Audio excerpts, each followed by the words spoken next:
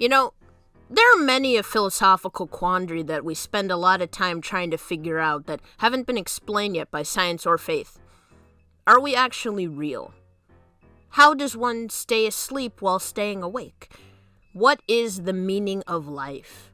How can mirrors be real if our eyes aren't real? Is art truly of subjective or objective quality? Are trees really blue? One of the questions that have eluded me the longest would probably be, why are Canadian cartoons, like this? Or more accurately, why do people feel this way about Canadian cartoons? There are several theories that have been circulated, but their accuracy haven't been set in stone as of late, obviously. Purely from a consumer's perspective, it can be easy to say that they just lack appeal. As one of the 12 principles of animation, appeal is a main deciding factor in determining the strength of a piece of animated media. While appeal and how things can appeal to us are inherently subjective, it can strongly make or break a piece of media's perception of quality.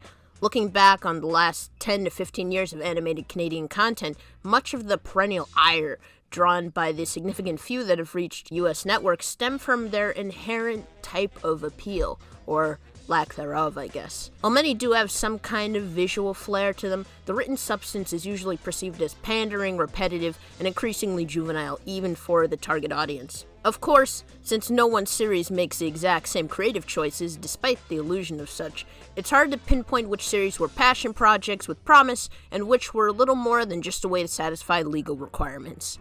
Oh, and while we're on that, that's a whole other theory altogether. So up north, Canadian television networks are required to air a certain quota of original Canadian content per week to keep imports from dominating the landscape. They keep production local to enhance their cultural prominence on the home front and in the international markets. As such, both governmental and private sources provide numerous means to help fund media productions, from national funds to regional tax credit programs. Over the years, the restrictions on how much must be shown was loosened significantly, but the system has had a profound effect on animated products even today. By allowing for productions to be substantially produced by and for Canadians, networks can have production significantly discounted, thanks to the various funds allocated for their development and production. And just skimming through a summary of what was granted financial commitments in the past 10 years from just one organization, the evidence is damning. There's a fair amount of coinage involved. NANI? How much cash could the truck save you if the trucks gave up Kung Fu? That being said, there may be a bit of modification involved in order to make a cartoon eligible to earn that sweet, sweet stipend. So, it's a bit easier to understand how not all of them come out of the gate with everything together from an artistic perspective. Interestingly, the series produced under the previous conditions or otherwise typically have interesting hooks for premises that are expressed, more often than not, in an uninteresting way. Relatively new or interesting plots quickly become dampened by static characters, stock storylines, and dull presentation. While some series feel like they were sold for a song, those represent the minority. And even if they weren't, we wouldn't remember them long enough to categorize them properly.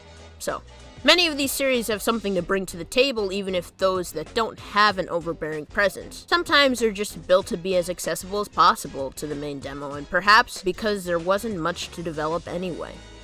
Either way, it can really stand out when a series comes along that can, for lack of a better term, rock your socks off. Enter the musical action comedy Grojband. Thought up by Todd Kaufman and Mark Thornton under Neptune Studios, the Teletoon original only ran for 26 episodes in a singular season that took about 2 years to air. The series follows a group of friends united under the aforementioned Grojband. The band's leader, Corey, has the drive and the passion to lead Grojband to success, but he's a terrible lyricist. Thus, the group has to dedicate half their time to triggering his sister Trina into writing spicy teenage angst in her diary, which are then converted into choice lyrics. Call it a reverse Phineas and Ferb, if you will, which you might hear about a lot more in this video. This series is a rarity in terms of quality, but unfortunately its treatment is similar to that of many other Teletoon originals of the modern age. Despite being merely a blip on the radar, this cartoon has stuck with me for all the 6 years that it's been released since. So I figured it was special enough to dedicate a whole video to in order to lay out what makes it as memorable as it is. For the sake of it, I'll go into a bit of personal context. You see, earlier I connected Grojband to Phineas and Ferb in similarity, the latter of which I had a weird relationship with at the time of Grojband's premiere. Phineas and Ferb is one of my favorite animated series of all time, and my adoration for it peaked around when I was much, much younger. My obsession with it was literally infinite, and it felt like I had spent half of my childhood analyzing and gushing over it. Despite this, my appreciation for the series was in direct proportion to how good I perceived it to be, which sounds obvious, but once you get into the mechanics of it, it was kind of weird. That mainly meant that anything after Season 2 was major disappointment. I remember getting progressively more and more frustrated with how the third season turned out, mainly over minute nitpicks.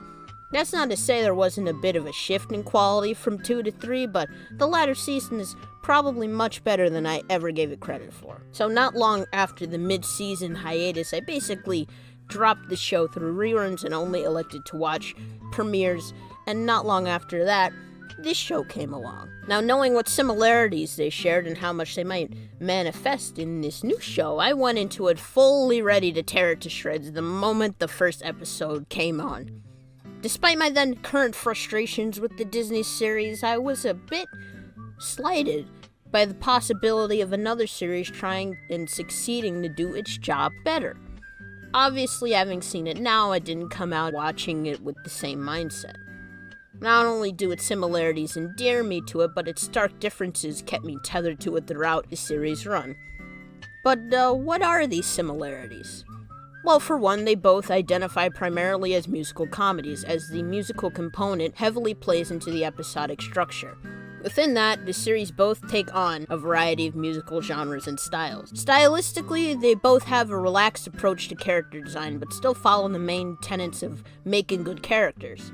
They both involve a group of kids going above and beyond to achieve their lofty goals in an environmentally grounded but tonally surreal neighborhood. All the while, the eldest child jumps at the opportunity to sabotage their plans one way or another for their own purposes. Oftentimes, I would hear of Grojband more or less being labeled as a poor man's Phineas and Ferb. And while the similarities are quite striking, I want to overemphasize the separation the former makes in its execution. It really is a gem worth looking at from the perspective not under the thumb of one of the most well-known cartoons of the new century. I can't personally compare the two because false equivalencies between cartoons are as common as clouds, and it's just dumb to perpetuate that at this point. Keep those similarities in mind, but the goal of this video is to illustrate how Grojband chooses to march to the beat of its own drum. Right off the bat, the eye might be drawn to this simplistic art style. The environments and backgrounds look like standard cartoony locations, which are totally serviceable. Like Total Drama, the show embraces semi-organic geometric shapes to form their characters. Lots of straight lines and curves, but also a lot more rounded forms. This is reflected more in the background characters, but the main characters still utilize this in spades. I often remember people confusing Han and Owen based purely on the shape of their silhouettes. It seems very easily derivative of industry design trends, but you might end up finding some wicked cool character designs if you squint hard enough. Not only does Garash's design take note from Total Drama, but it was also conceived originally from the co-creators' natural styles, which made the initial sketches more detailed and graphic compared to the final product. Corey is perhaps the best designed, or at least the most appealing character visually, to me. He's a fairly strong fusion of the various influences and an equally friendly and feisty personality. He sticks out all the more during the musical sequences, which also flex the designer's eyes for color composition and layout. The only aspect of production that can spring this character to life more would be the dynamic animation. Like its creative predecessors, Grojband is animated in Flash by a team directed by and partially made up of Sheridan graduates. Sheridan, for those who don't know, is essentially a Canadian CalArts in terms of animation quality, so anytime its graduates are attached to a product, you can expect to get some good visuals. In comparison to its peers on Teletoon or YTV, the animation is fairly fluid, a few notches below Mercury Filmworks in my book even. It's not often on either network where a series reaches a good mix of fluidity and touch-and-go timing. The bouncy animation style serves the comedic series well as the expressions and character models stretch to fit the mood. It fully presents itself as a digitally animated, puppet-rigged cartoon and takes advantage of its circumstances accordingly. The utilization of these tools isn't groundbreaking in and of itself, but the choices made in the movement design give a lot of room for energetic and expressive animation, which lends itself well to the quirky humor. The humor is as wordy as it is physical, as clever as it is quirky, and as weird as it is wild. As a consequence of the writing being fairly sharp, the humor takes on an experimental but engaging personality. The main quartet are basically a comedy trope in their own right, and they're afforded many golden moments throughout the show's run. One of the specialties happens to lie in how well a show can break the fourth wall. If other metaphysically gut-busting tunes have a door into the fourth wall, then Grojband has a small window. It breaks the immersion enough to be self-aware, but not enough to be disruptive. Its mutual goofiness is what lets the series revel in its pop culture references and wordplay, but the comedy feels so in line with what these characters are at their core that it just blends in. That's not to say they're above the typical toilet humor, though. Not that I mind, though. Grojband throws so many jokes at you that it'd be easy to move on from a flat joke or a corny setup. Much like Corey himself, the show is always bounding towards the next thing at breakneck speed, so fast that you don't even notice how progressively edgy and dark this show gets later on in its run. Speaking of which, the structure of this series proper may be a deal breaker for some. Grojband has a very formulaic structure and a fairly loose framework that can be modulated if need be. However, the structure rarely gets twisted or played around with, save for the finale and maybe a couple half-hour specials, of which the main plot is usually just stretched out a bit and contains a few more twists before the status quo kicks in. It's fair for Grojband to have its main outline of an episode be kept as a hard and fast structure, but I feel like we could have gotten more out of a bit more plot modulation. The episodic format serves its purpose well, but perhaps twisting or flipping the formula a few more times would have given the episodes more potential for surrealist plots and world building. Grojband is fairly self-contained and doesn't have a huge ensemble of characters to draw in, so how much you may take a liking to Grojband hinges on how much you may like the main characters. The characters are pretty simple archetypes. They have their own quirks and oddities, but at their core they're tried and true personalities you've seen before. Whenever people would have questions answered by the production team online, it just adds a little more personality to the series and how you may see these characters reflected in universe. Nothing revolutionary, but still fairly entertaining. Ken and Connor, the resident comic relief, and while that's typically their default mode for most of an episode, they keep their antics fresh. I, for one, would never not be interested in their retellings of Greek rock god history. Lainey is the relative voice of reason, keeping the band grounded while often crushing on the band's leader leaves her floating on cloud 9. Credit where it's due, she's definitely less consumed by her infatuation than other similar characters, but maybe that's because there was always a set endgame for her. Corey is the heart of the show, and representative of the show's flow in and of itself. He has the energy of a rabid squirrel and the ingenuity of a coked-out Vince McMahon, and somehow he always ties it together. He has the incredible intuition that enables him to face off against this show's greatest evil, and yet its most powerful catalyst. Despite what initial reaction may indicate, I think Trina is perhaps the most interesting character here. She's presented as a high-strung, hormonal, hell-bent hellion, but over time you grow more curious about her and learning about her past, her interests, her goals, separated from the plot's convenient mission.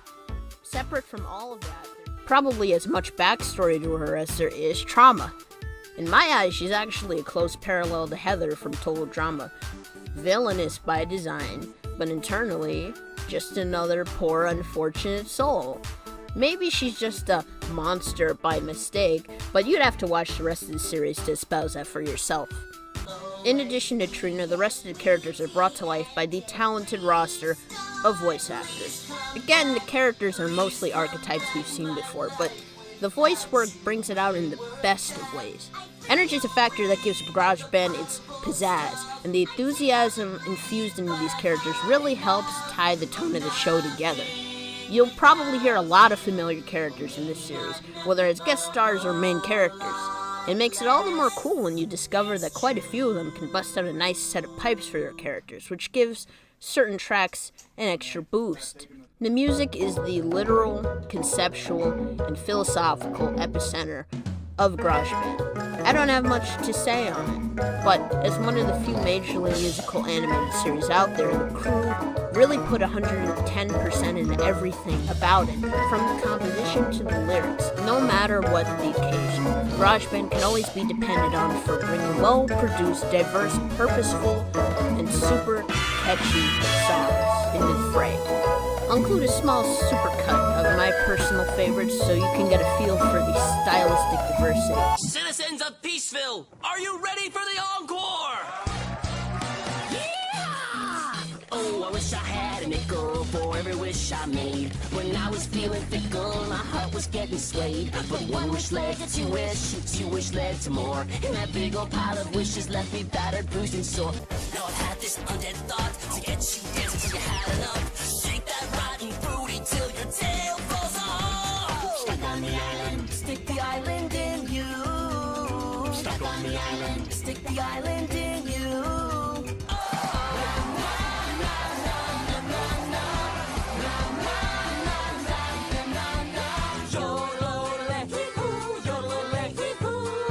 Cannot correct yodeling.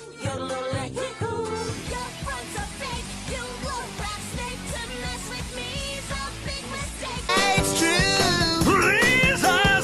Shining like new. Wrap it up, boys.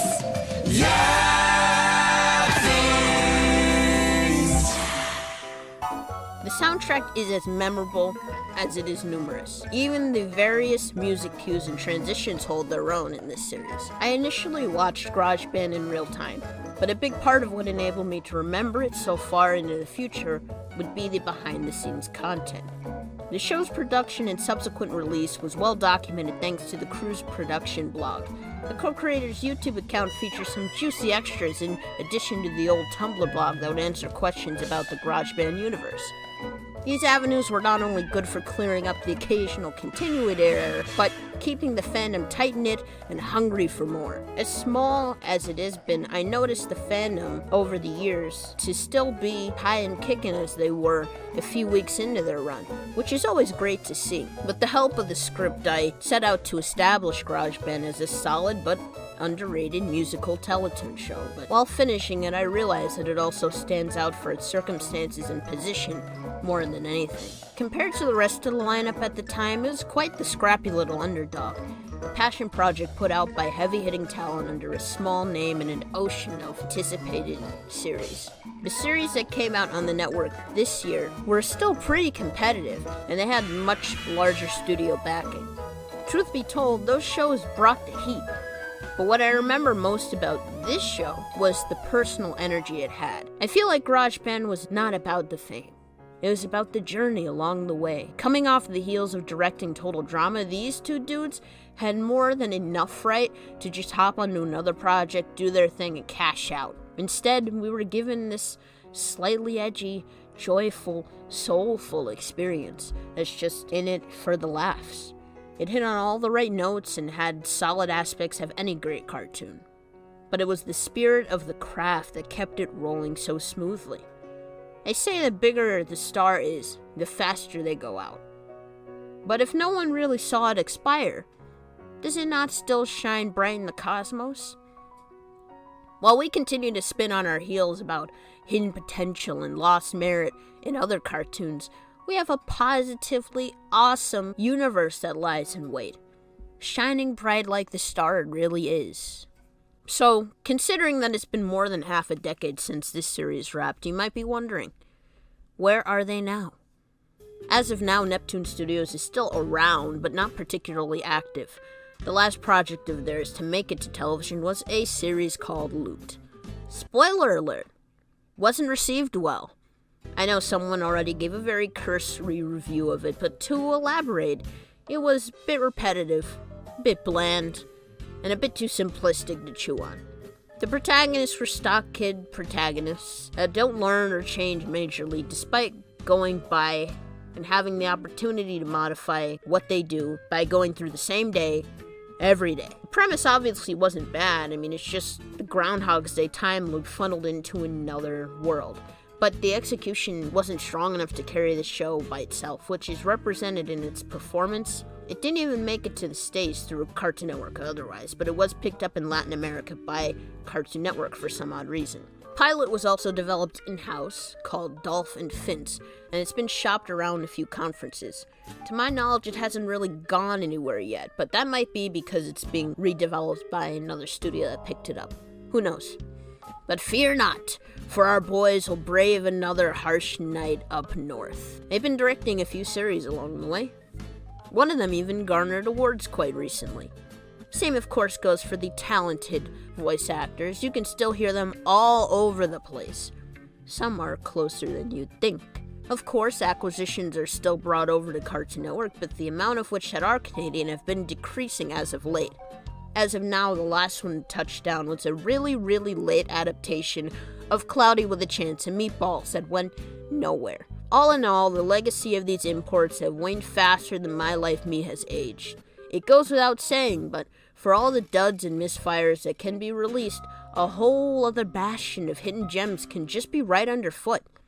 While Grojband is one of the lucky few to be unearthed and shared with the world, albeit for a brief period, there still remains a whole new world of fresh content waiting to be divulged, for better or for worse. One last thing. Like many animated series up north, Grojband hasn't been officially handed its pink slip. Skimming through the rules and landing on the law of the jungle, baby. It hereby states that, by technicality, it can come back into production.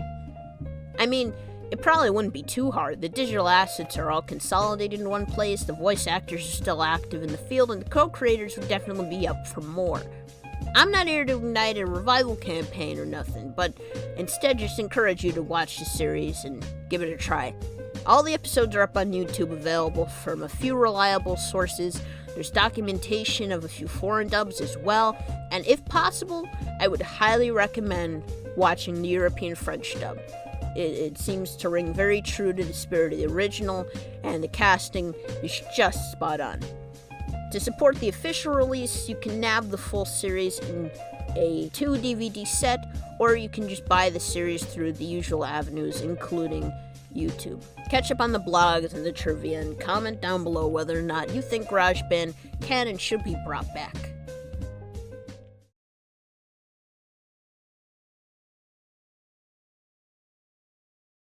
Thanks for coming out, everyone!